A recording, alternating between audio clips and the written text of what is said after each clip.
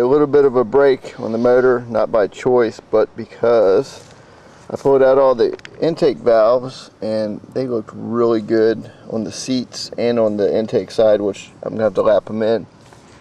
But as I pulled out all the exhaust valves, well, they were all pitted, as you see. That right there is how you get compression in these motors. So that's one of the things that gives you compression. So I went ahead and ordered brand new ones, and you can see the difference in there. So those pits right there will mess up your compression and give you problems down the road, like burnt seats, burnt valves. Just, you know, $6 a valve, $6.40. So it's worth going ahead and doing the changeover. The intakes look so good. All I did was I put them in the my wire brush grinder, my bench grinder, cleaned them up. I mean, even the edges all the way around look good. You see there's a little bit of dirt on there, but they really look good. So I'll spray a little bit of cleaner on there, clean up the valve seat in there, lap them in. So that's the next step. I'll finish cleaning up all the head gasket material in there, clean the chambers up, and then reinstall the head. So just wanted to show you, you know, these are some of the things you have to inspect, and you can clearly see why I replaced them. Now, yeah, I could have gone and, you know, had them ground and everything, but, you know, they charge almost for what you can buy brand spanking new valves for. So I just went in and got new ones. Okay, just want to show you, we're lapping these in. All it is pretty much suction cup. And let's see, as you can see, the darker area, that was all nice and shiny. It's actually making a complete contact with the seat all the way around. So all you do is pretty much, this one's already done, but you put the valve grinding compound on there and just pretty much spin it.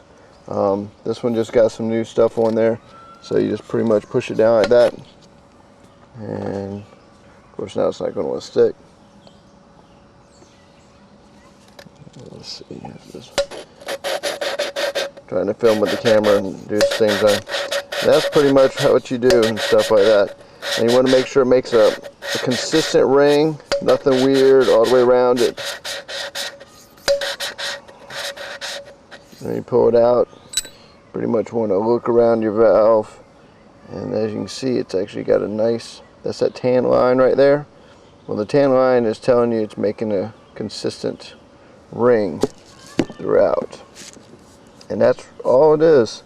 You're pretty much giving yourself a, you know, do-it-yourself valve job, and she's got a clean ring all the way around, and that's all it is. So you clean it all back up. I usually do it a couple times since I'm doing it like in, you know, myself.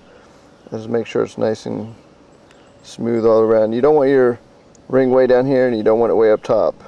And you don't want it missing spots. It's got to be pretty consistent. So, got the new exhaust valves in. I'm going to lap them in next, and then tomorrow I'll go ahead and put all the rest of the head together, get it all cleaned up so it can be reassembled and finish the motor. Installed the oil pump, and as you can see, I primed the oil pump, so I just poured a little bit of oil in there. Actually, I put a little bit of oil before I even put it in and hand turned it just so all the parts are lubricated with oil.